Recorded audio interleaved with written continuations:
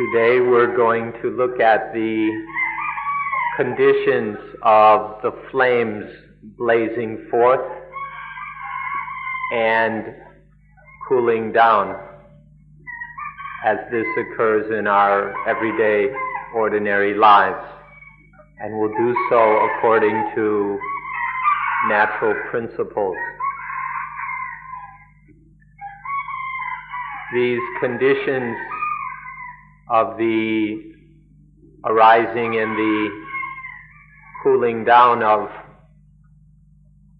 these things are something that you have been studying under the name of dependent origination, or paticca samuppada. However, today I'll speak of it specifically as the flames blazing forth or catching fire, and then the cooling down, the quenching of those flames. Now, the importance of dependent origination is that it is the heart of Buddhism. This is a principle found only in Buddhism. Although other religious teachings may have some correspondence or similarities to the principle of dependent origination, there is the full explanation of it can only be found in Buddhism. None of the ancient or more recent religions, creeds, and ideologies of Asia, as well as the West, speak of dependent origination in its fullness.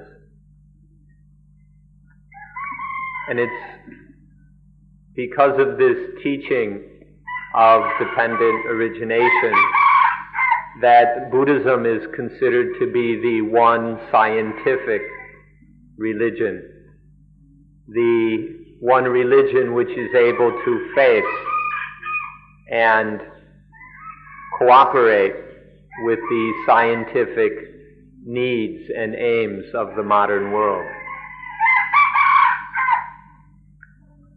This is what Einstein meant when he said that if there is any religion which can go along with or fit with modern scientific needs, that religion is Buddhism. He was able to say this because Buddhism has the principle of dependent origination.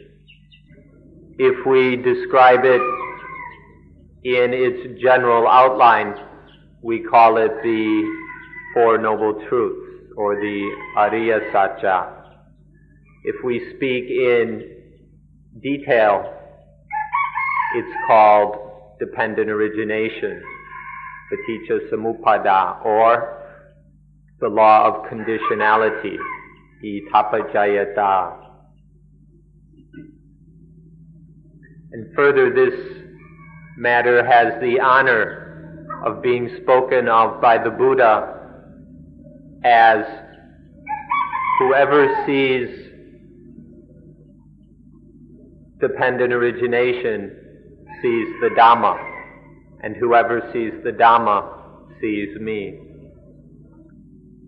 Therefore, would you please be especially interested in, as we speak about this heart of Buddhism, and as we go into the religion which can meet the needs of the modern scientific world. When we speak in general about all things, whether animate or inanimate, mental or physical, we use the term tappajayata as the name of this principle, which means the law of conditionality. However, when we speak more specifically of living things which experience pleasure and pain, then we give it the more specific name of paticca samuppada, dependent origination. Nonetheless, in the Pali texts, in the scriptures, this principle is often referred to by both names together.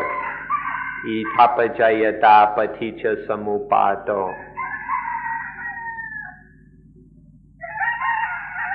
If we wish to speak about God, then we must speak about this law of conditionality, of dependent origination, as being the Buddhist God, although it is an impersonal God.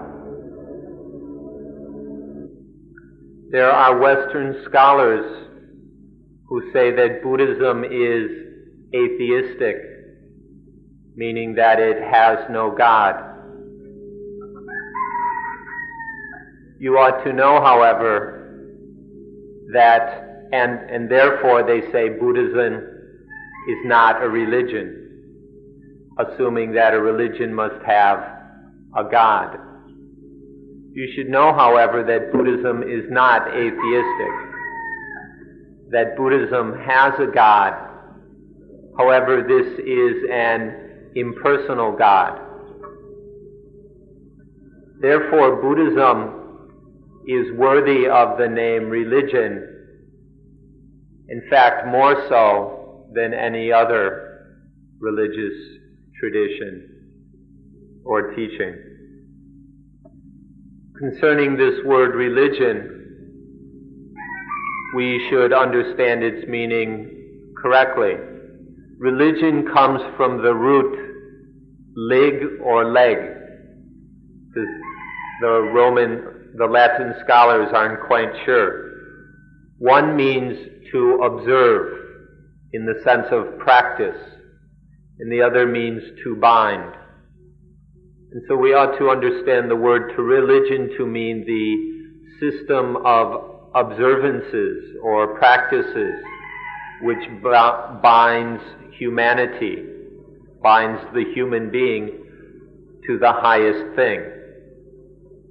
With this definition of religion, Buddhism fits perfectly, 100%, because Buddhism is the way of practice that ties the human being to the highest thing, namely Nibbana, the total quenching of dukkha. This principle is a natural one, which means that everyone is able to practice it, regardless of their nationality, sex, or religion. That means each of you, is able to apply this principle in order to end suffering or dukkha in your everyday lives. This is possible because dependent origination is a natural principle. This principle is an eternal one that can be used and applied by human beings anytime, whether in the present or in the future. Ever since humanity first discovered this principle, and for as long as humanity exists, this principle will be always applicable and available. So it's of eternal significance for human beings. When we speak of the life which is flaming and blazing, we also ought to reflect on the life that is cool, where all the heat and burning has cooled down.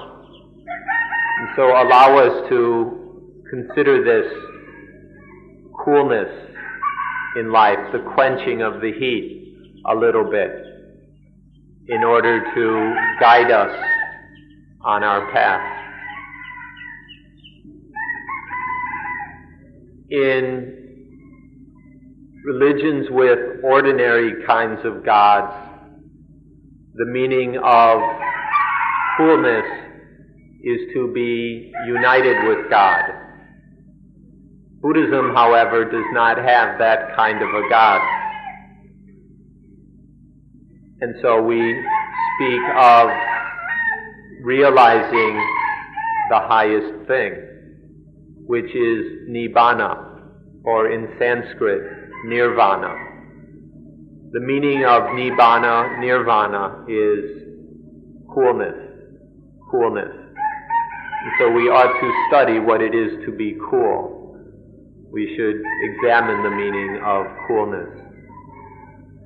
A fact which you ought to observe is that the terminology of religion has come after ordinary language.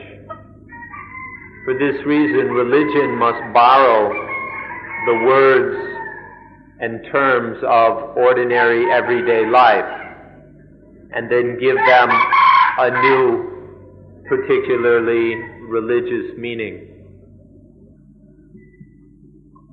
The word nibbana, before it was borrowed and put to religious use, had the simple, ordinary meaning of cool or coolness. It meant when a fire cooled down, or when something hot cooled down. For example, when hot food that was too hot to eat, cooled down enough that it could be eaten, or when hot metal out of the blast furnace or out of the forge and then was cooled by dousing it with water. These ordinary uses of the word nibbana or coolness were used by ordinary regular people in their daily lives. Later, the material meaning of the word was raised a bit to be applied to mental things. For example, if a lion was captured in the forest and then taken in with people and then trained and tamed until it was like a house cat. For the taming of a wild animal, the word nibbana was used. Once it became as tame as a house cat, it was said to have been cooled. And so now the word coolness has been given a mental meaning, not just material meaning. Later, human beings became more fully aware of the mind and realized that dukkha, that suffering in the mind, was the most important thing. And so they searched for coolness, for the quenching of the heat within the mind. At one stage, people thought they found this coolness in sensuality, including in sex. By satisfying sensual desires, they thought they found a coolness, and they called this nibbana. However, this was a very shaky and confused kind of coolness, and so people looked further. And then some yogis and meditators discovered what are called the jhanas. These are deep states of calm where the mind is exclusively focused on a single object. And in this deep samadhi, or collectedness, concentratedness of mind, there's a great peace. And so various levels of this mental calmness or tranquility were then taken to be nibbana, the coolness or quenching of heat. Now these two understandings were two different periods. First, the period where sensuality and sex was taken to be the quenching of heat. And then the deep states of concentration were taken to be the quenching or coolness. And then later, the Buddha appeared, and the Buddha discovered the principle of nature, and he did so fully. And so he realized that sensuality or states of tranquility were not the answer. These were not sufficient. They would not last. These were not the quenching he had been looking for. He saw that the truest, the perfect, complete meaning of coolness is the quenching of the fires of lust, the fire of hatred, and the fire of delusion. When the mind is totally free, entirely free of lust, hatred, and delusion, that is the ultimate meaning of coolness. And so one finds coolness when there's no more potential, no more possibility in the mind of these fires igniting again. They've been quenched absolutely. This is the genuine, true meaning, the absolute meaning of coolness. It's rather funny that even now, 2,600 years later, there are still people who take sensuality, who take sex to be the highest, the best thing. Or they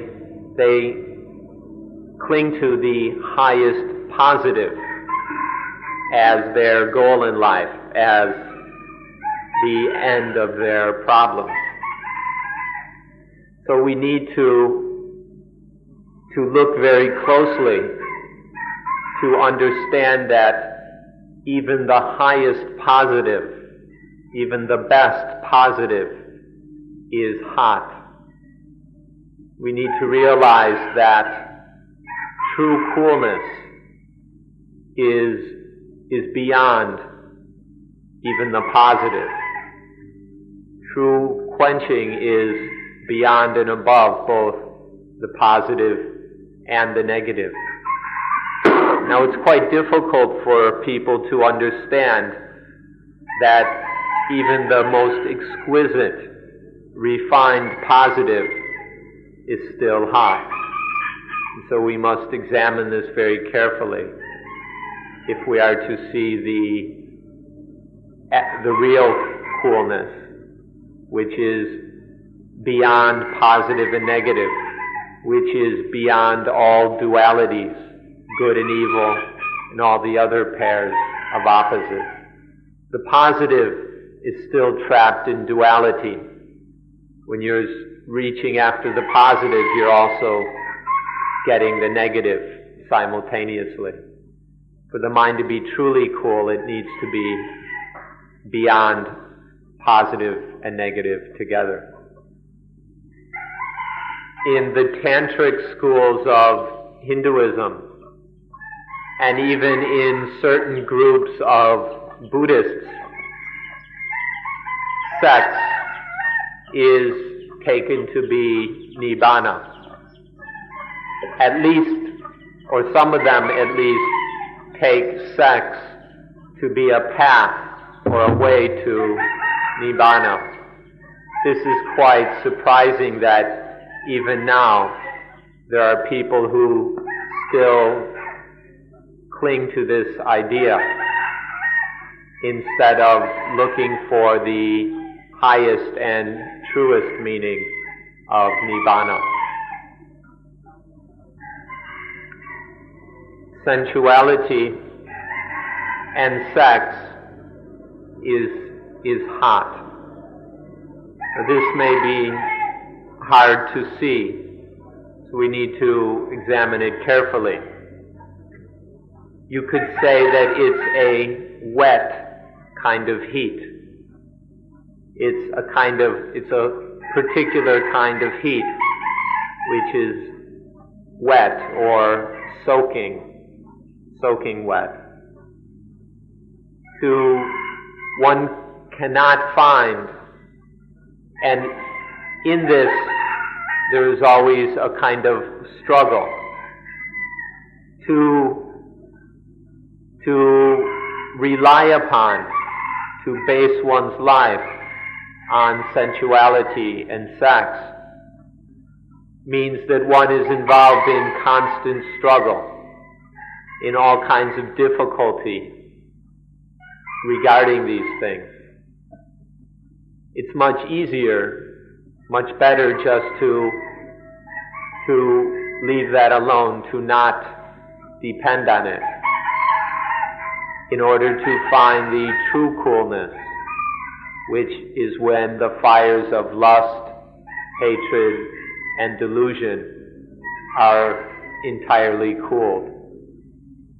Now the coolness which is our aim, our goal,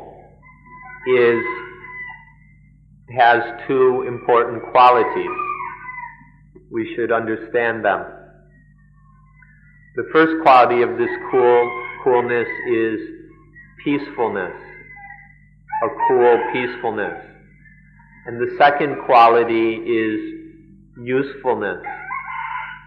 The coolness we're speaking about here is perfectly peaceful and fully useful. The peacefulness, the cool peace, which is another name for Nibbana, has at least 4 aspects. There are many different aspects to this, or ways of looking at it, but 4 basic ones are: the first is calm or peace or peacefulness. The second is stability. The second one is a stability, a firmness. The third is freedom or independence. And the fourth is activeness, a readiness. These are 4 basic aspects of the cool peace: the calmness, stability, freedom, and activeness. Now some people like to speak of Nibbana as happiness. In doing so, we must be very careful to understand what kind of happiness is meant. Many people will, when hearing the word happiness, assume it's the ordinary kind of happiness that they've been running around looking for all along. Most people, when they hear that Nibbana is the highest happiness, think that it's just another kind of positive, getting something, getting positive or having positive. But the happiness of Nibbana is a totally different kind of happiness. It has nothing to do with the positive, nothing to do with getting or having. It's the happiness when life is totally free, totally above all positive as well as all negative. So if you want to think of Nibbana in terms of happiness, please understand the kind of happiness that is meant. Don't confuse it with the ordinary happiness of worldly people. The second meaning of the Nibbana we're speaking of is usefulness. Many people misunderstand that when one realizes Nibbana, one is as still as a rock, that one doesn't move, that one doesn't do anything. This is a terrible misunderstanding. In fact, if it's real Nibbana, life becomes totally active. The thing here is that the activity is useful. There's nothing harmful or destructive about the activity anymore. Life is fully active. And there's a natural, spontaneous inclination to act in the way that is useful and beneficial. This doesn't need to be done with desire or will. It's just a spontaneous movement of life. So Nibbana is not some kind of stiffness or immovability. It's a natural movement to do what is useful. So please aim for these two meanings of Nibbana. Together, these cannot be separated. The cool peace and the usefulness. This is the proper understanding of Nibbana. This is the purpose of studying and practicing the principle of dependent origination. If we practice correctly, then one will realize this peacefulness and usefulness. To make this easy to understand, we can compare the coolness with a lack of coolness. Non-coolness means the blazing fires, the fires bursting up and burning. Non-coolness is the burning of fires. First, one burns oneself. The flames consume one's own mind. But it doesn't stop there. These flames, these fires, also burn one's husband or wife. They burn one's lover. They burn one's children. They burn one's friends and associates. They burn society. These flames burn and scorch the entire world. Nowadays, the whole world is being burnt in this way because modern man and woman worship the positive far too much. You can observe this, reflect on this, see this for yourself, how we don't need to give that many examples for you to see how our worship of the positive, our obsession with the positive, is burning the world. To summarize, life is genuinely cool when it isn't positive and it isn't negative. When life isn't under the power of positive and negative, then it is truly cool and at peace. when life is above, beyond the positive and negative, then there is real coolness. This is the highest, the fullest, most correct meaning of coolness. Life that is not positive and not negative. It is above and beyond the power of these things. And so now we come to the matter of dependent origination.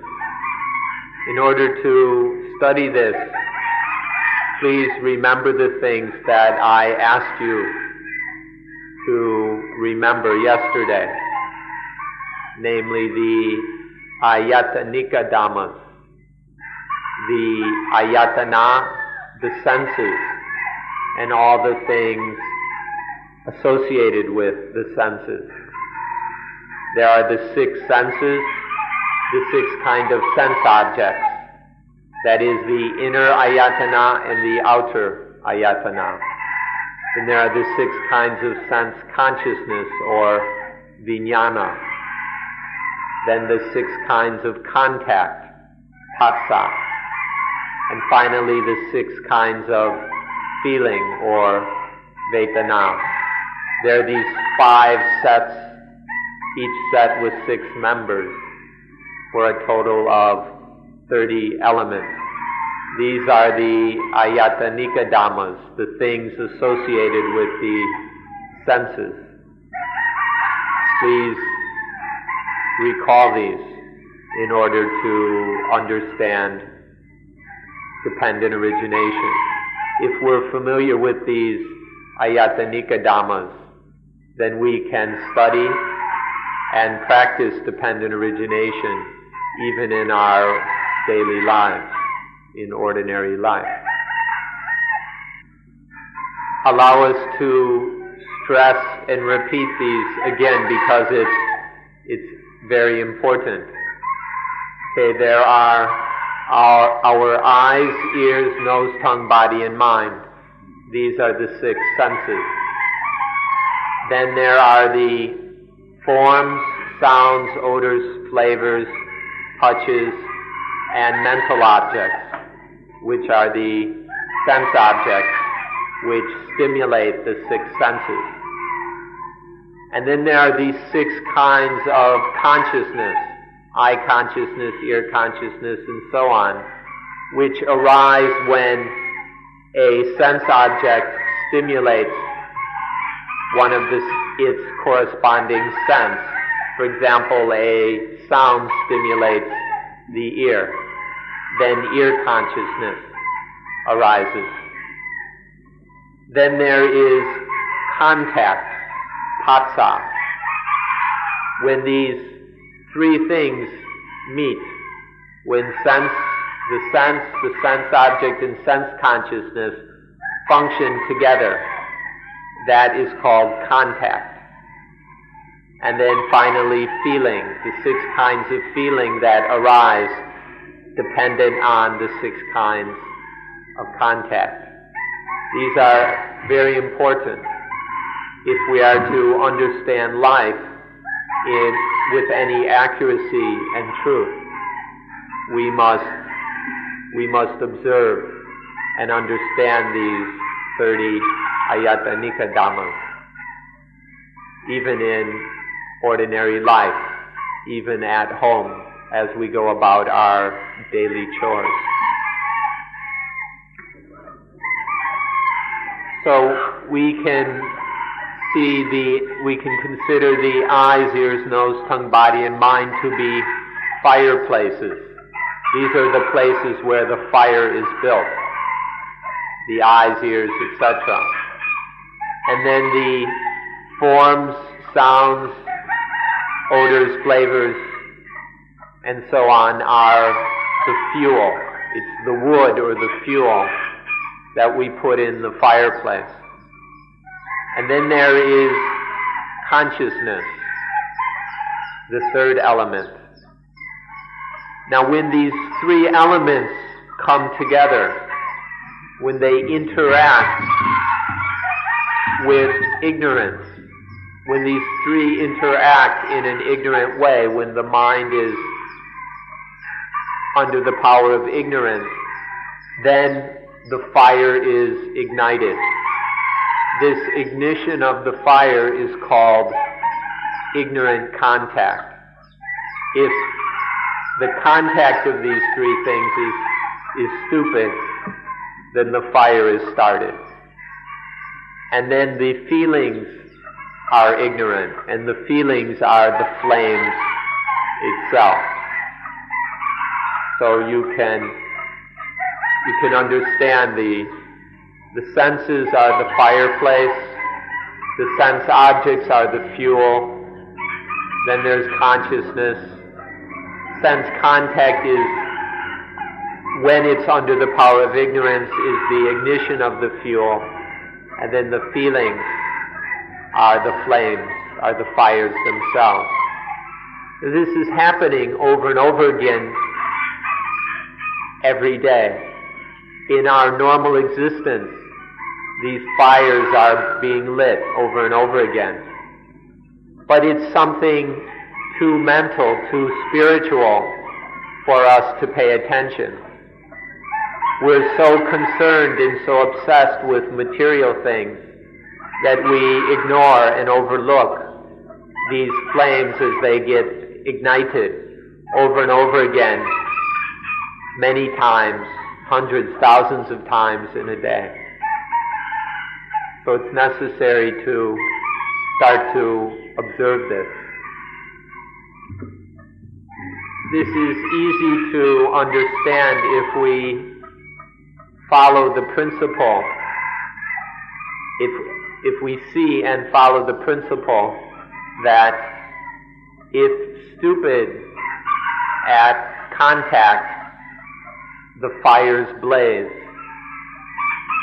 But if mindful, attentive,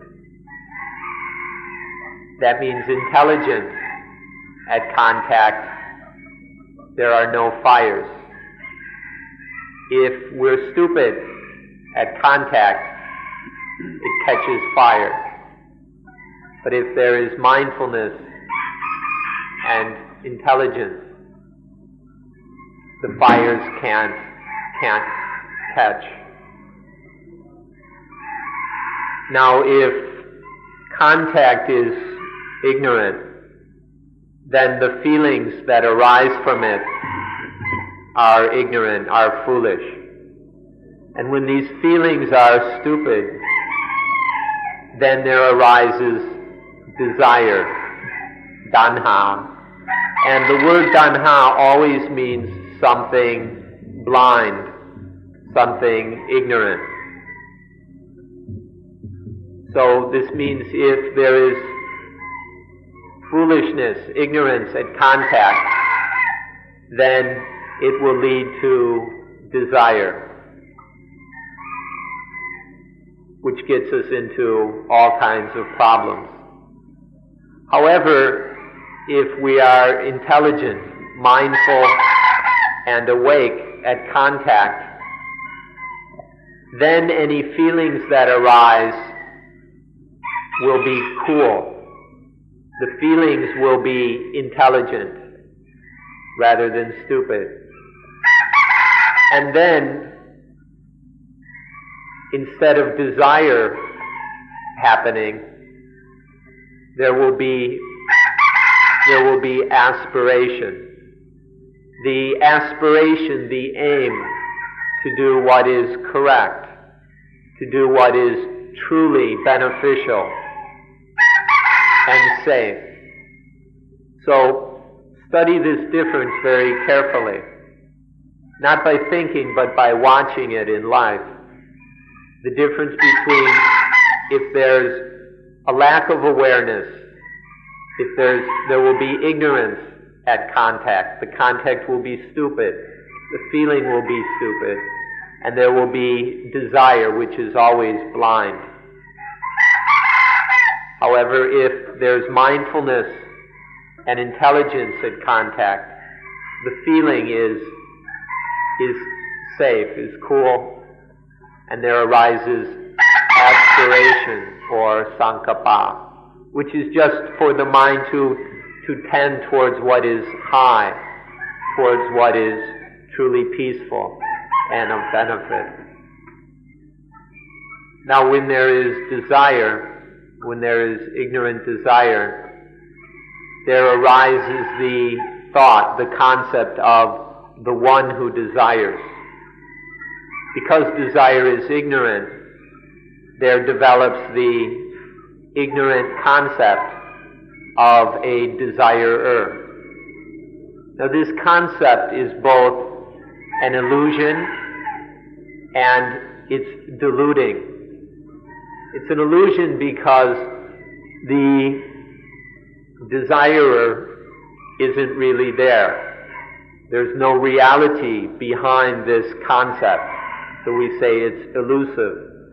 And it's delusive because it deludes the mind into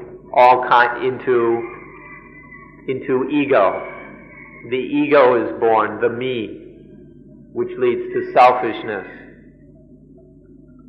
So we say that this is elusive and delusive.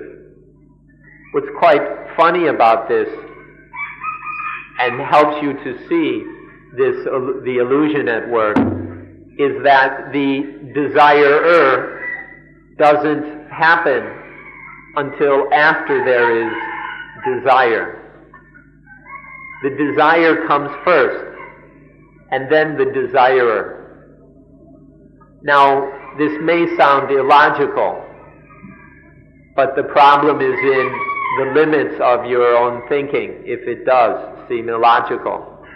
But if we watch, first arises desire, and only then does the desirer, the one who desires, that me that desires, appear.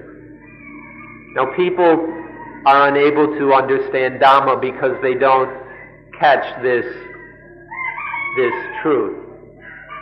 As long as people don't see that desire must come first for there to be a desirer, they'll never be able to understand Dhamma. Not seeing this, one continues to take the desirer to be real, to be an actual self, to truly be me. And as long as we're clinging to things as me, as mine, then we are not understanding Dhamma. But once we realize that the desire comes first and only then the desirer, no matter how illogical this may sound, once we see it, the Dhamma becomes clear.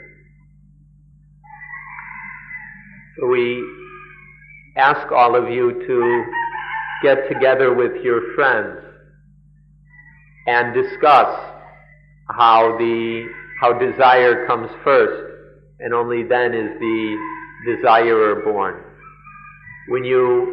If you want to make your conversations truly beneficial, instead of merely wasting time, this is the thing to discuss with your friends, wherever you may be, in order to help each other to see this important truth, that the desirer is born from desire. When there is ignorant desire, then there arises the illusion, the elusive concept of self. Now this self is just a ghost. It's just a ghost that tricks us. It's a kind of hallucination. But because we fall for the trick, then we take, the self is born, and then we take all kinds of everything else to be mine. Once there is self, everything else is taken to be of self or belonging to self. This is the most important thing there is to study.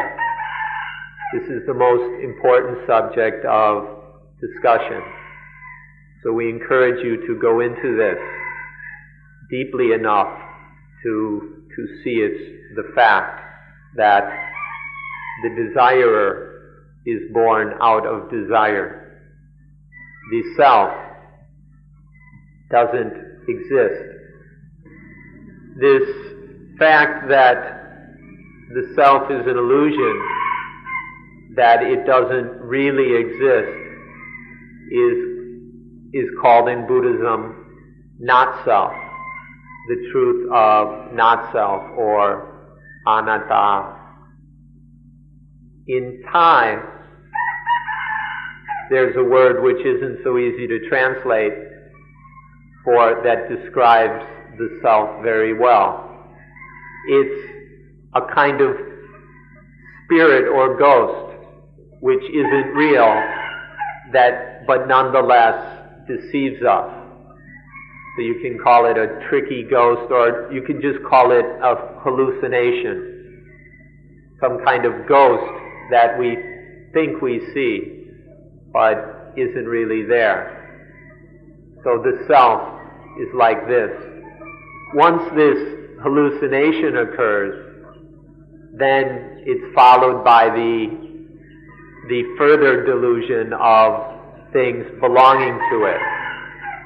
Once the self is born, it grabs onto all kinds of things as being mine.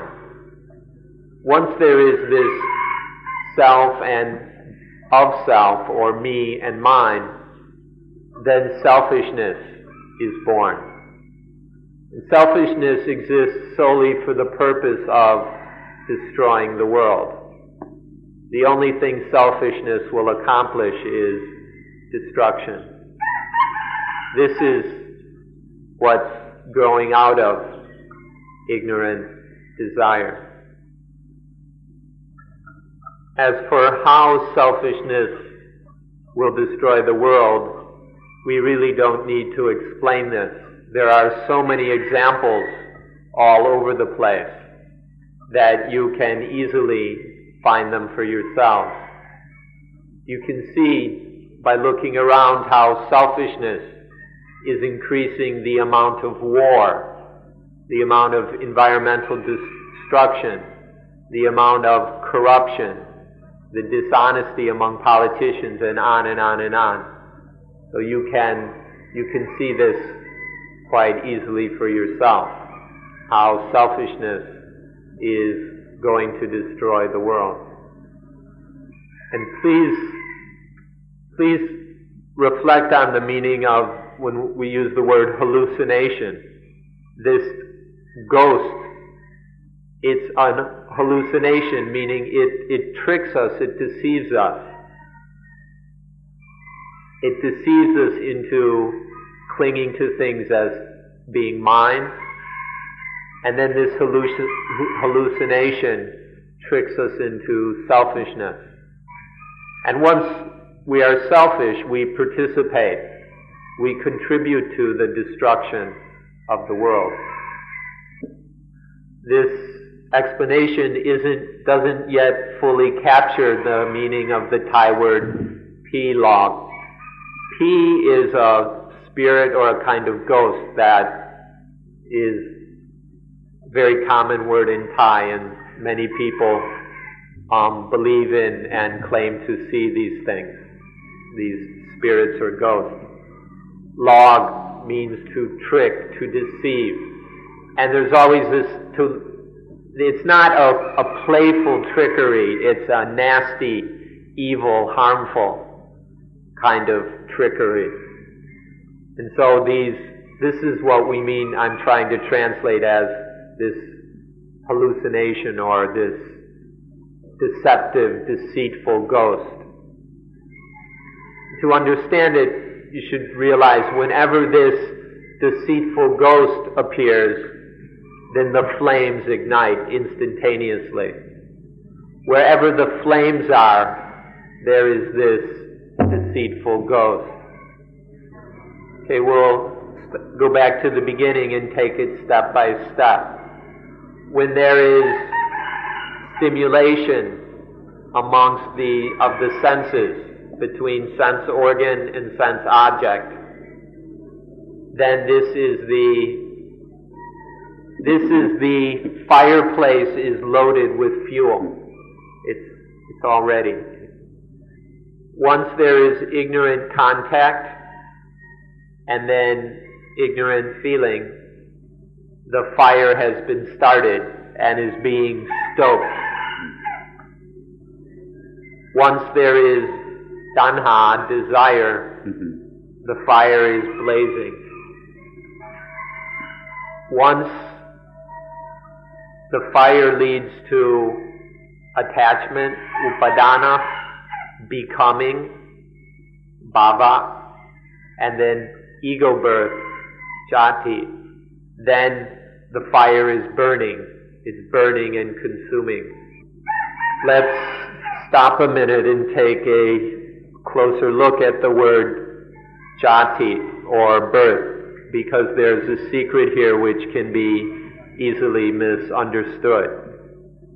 The physical birth, the material meaning of the word birth, means the physical birth of a child from its mother. But the spiritual meaning of this word birth is the birth in the mind of the ignorant concept of me, of ego. So there's two kinds of birth. There's the physical, material birth, and then there's this birth in the mind of me, of ego. Both kinds can be called jati. And then we come to the word rebirth. For the materialists who have a self or believe in some kind of self or soul, rebirth is that there is a self in the living creature, in the human being. And then when the person dies, this self goes and enters the womb of some woman. And then that self is born, and then eventually that person dies, and the self goes and enters another physical womb, and then there's another physical birth, and then another physical death. This is the materialistic understanding of rebirth for those people who still believe in self, cling to the idea of self. There's a physical kind of rebirth. Buddhism does not teach that kind of rebirth or reincarnation. In Buddhism, there is no place for this kind of idea of a rebirth of this kind series of physical births, or which are just a bunch of reincarnations. In Buddhism, the meaning of rebirth is that the ego is born, another ego or me is born in the mind. Every time that, due to ignorance, this process of dependent origination occurs, beginning with the senses, and then the fire gets started, and then ego is born. Every time that happens, there is a rebirth of the me, of ego. If there are 100 of these dependent originations in a day, then there are 100 rebirths in a day. So this is the meaning of rebirth in Buddhism. Unfortunately, many Western scholars, the people who write the books that most foreigners read, have totally confused things. They've taken Hindu reincarnation and mixed it up with Buddhism, and then they've taken the Buddhist rebirth and mixed it up with Hinduism. Many Western scholars very carelessly jumble together Hindu and Buddhist teachings, and so it's very confusing for people. But the idea of physical rebirths from life to life to life has no place in Buddhism.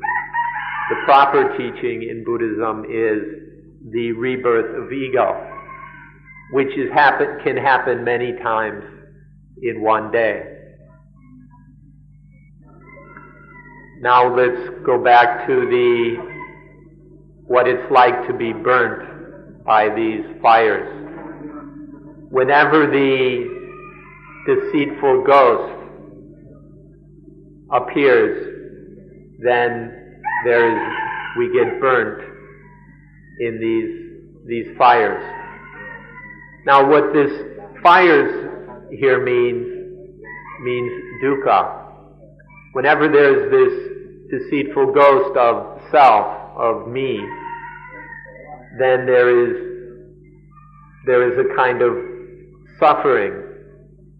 There is a need to endure. There is a torment in the mind. This can take many kinds, many different forms.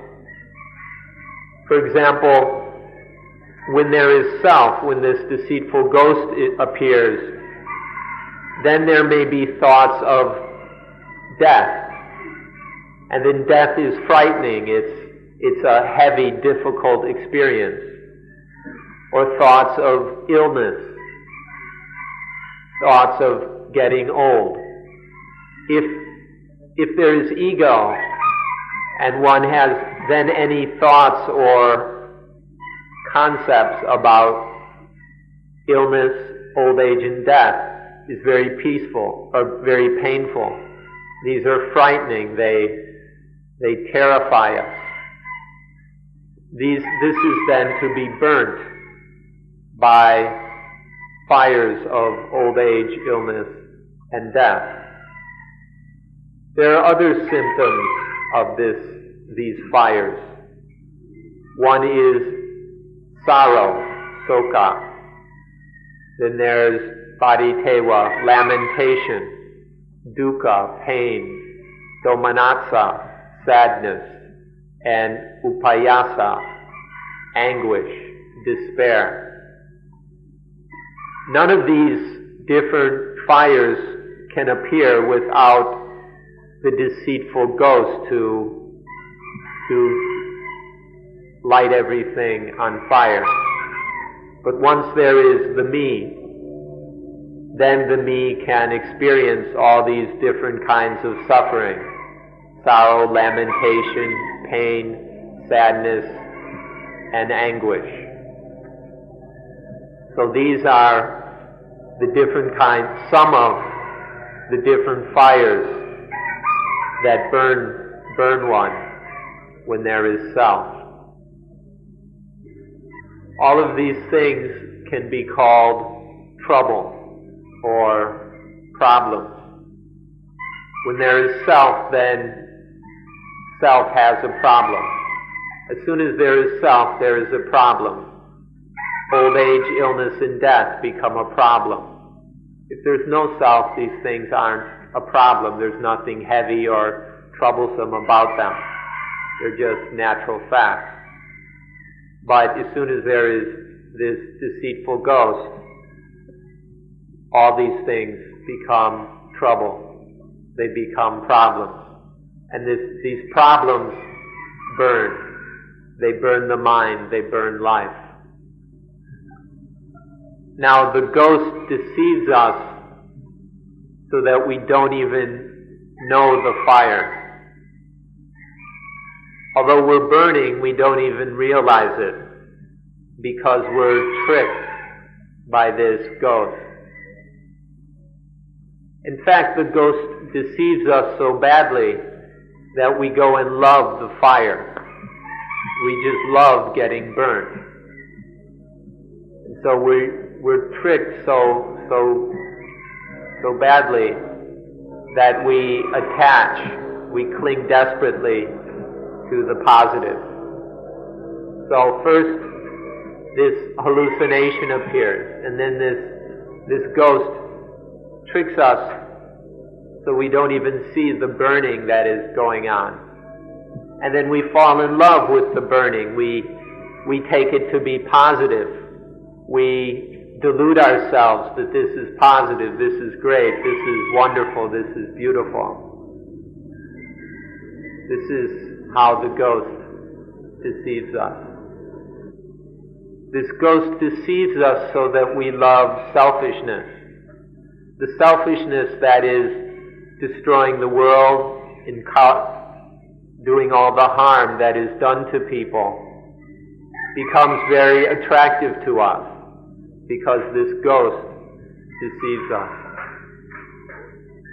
Let's stress once again that in the cycle of the ayatanika dhammas, the things connected to the senses, that when the sense objects stimulate the sense organs, then the fireplace is loaded.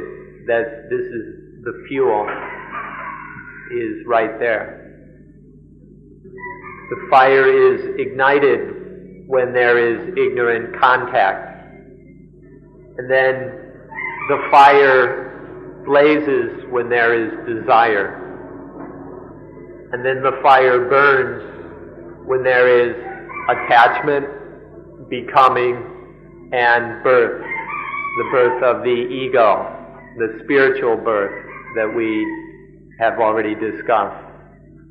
And then the fire roasts us and torments us when there is dukkha. When there arises this dukkha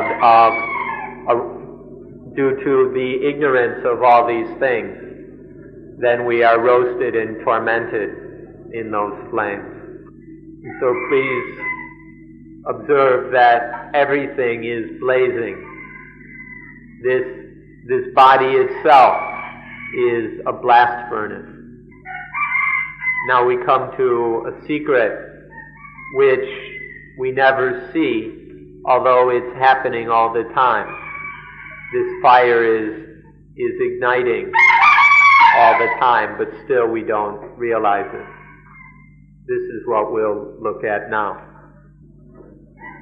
Now we'll look at the fact that if generally, or most of the time, if the meeting of sense organ, sense object, and sense consciousness, if this contact is complete, then the fire bursts. But if the contact is incomplete, or if there is mindfulness and intelligence at the contact, then there's no fire. So, this is very important. If the contact is complete with ignorance, then the fire burns. But if there's contact, but it's incomplete, or there's mindfulness and wisdom, then there's no fire. So there are two levels to contact. So listen carefully, this is a very important secret. The first level of contact is just ordinary contact, or we could say mere contact. It's when the eye is in contact with forms, with maybe color, shapes, and there's this just basic sensual stimulation. That's just ordinary contact. And there's no problem in this. The eye is just seeing something. And that's totally natural and ordinary. But the second level of contact is when the mind makes contact with the meaning of the thing. The first level, there's just some object stimulating the sense. It can be a form stimulating the eyes, or a sound stimulating the ears. And that's very ordinary. But the second level is when the meaning of that thing stimulates the mind, or the mind makes contact with the meaning of that thing. Now, this is where the problem is. This is technically called ati vajana patsa, contact with the value, the meaning of something. Usually when we speak of contact, we mean this second level. The first level of contact is something very ordinary. It's like if you just look right now, your eyes see something, and then as your eyes move, it's gone. What you saw a moment ago is gone. You see something new, and then it's gone. And the mind isn't getting stuck on anything. This is the basic physical level of contact. But then as soon as there's the full contact, where the mind makes contact with the deep meaning or value of something, this is where positive and negative occurs. So there are these two levels of contact. The difference between them is quite important.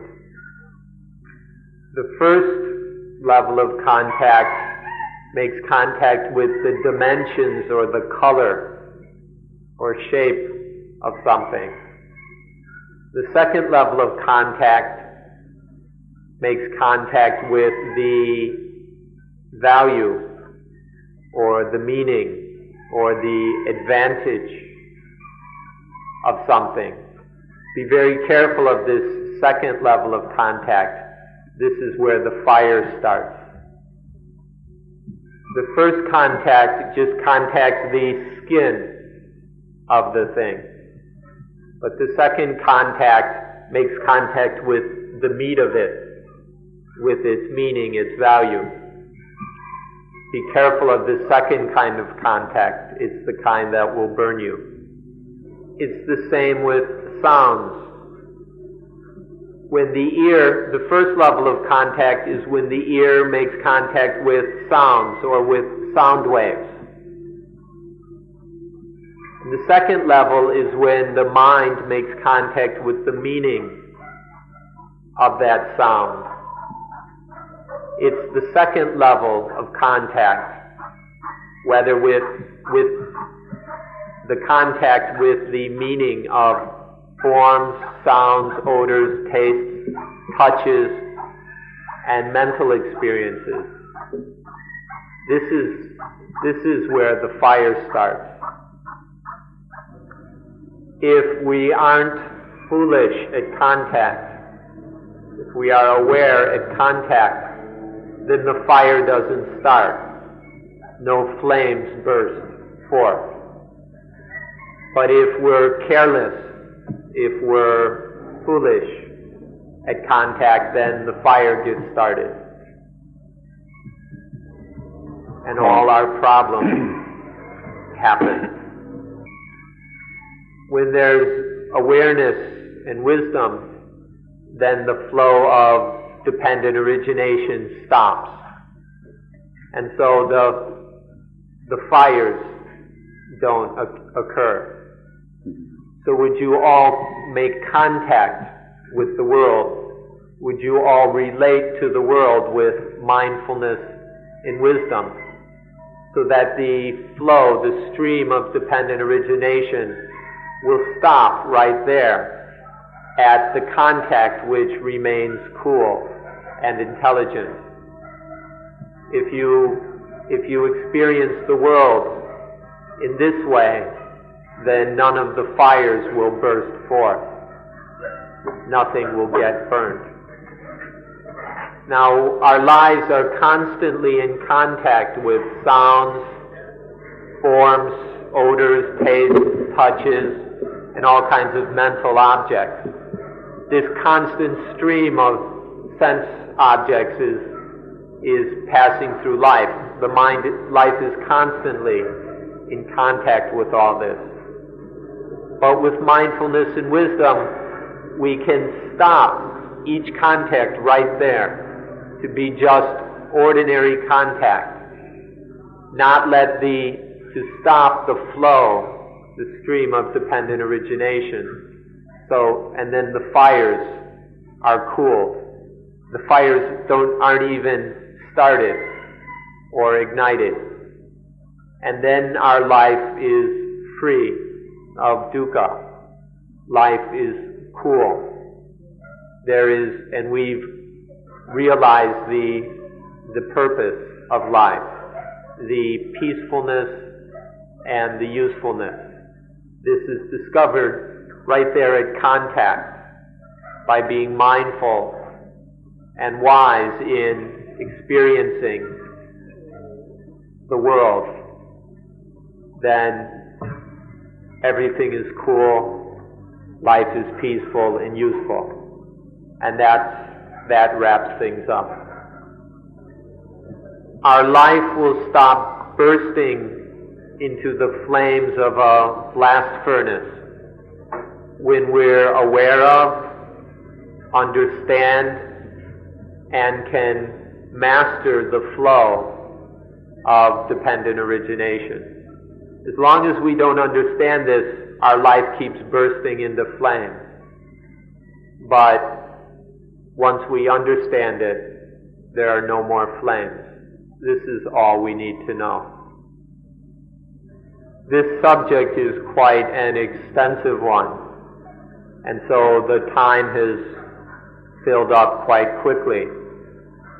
So we'll wait for another day to talk about the kind of knowledge or the science which enables us to control the flow of dependent origination so no flyers ignite. So we'll speak on that later. We'd like to thank you for being patient and careful listeners, and we appreciate your attention. We ask that you allow us to close today's meeting.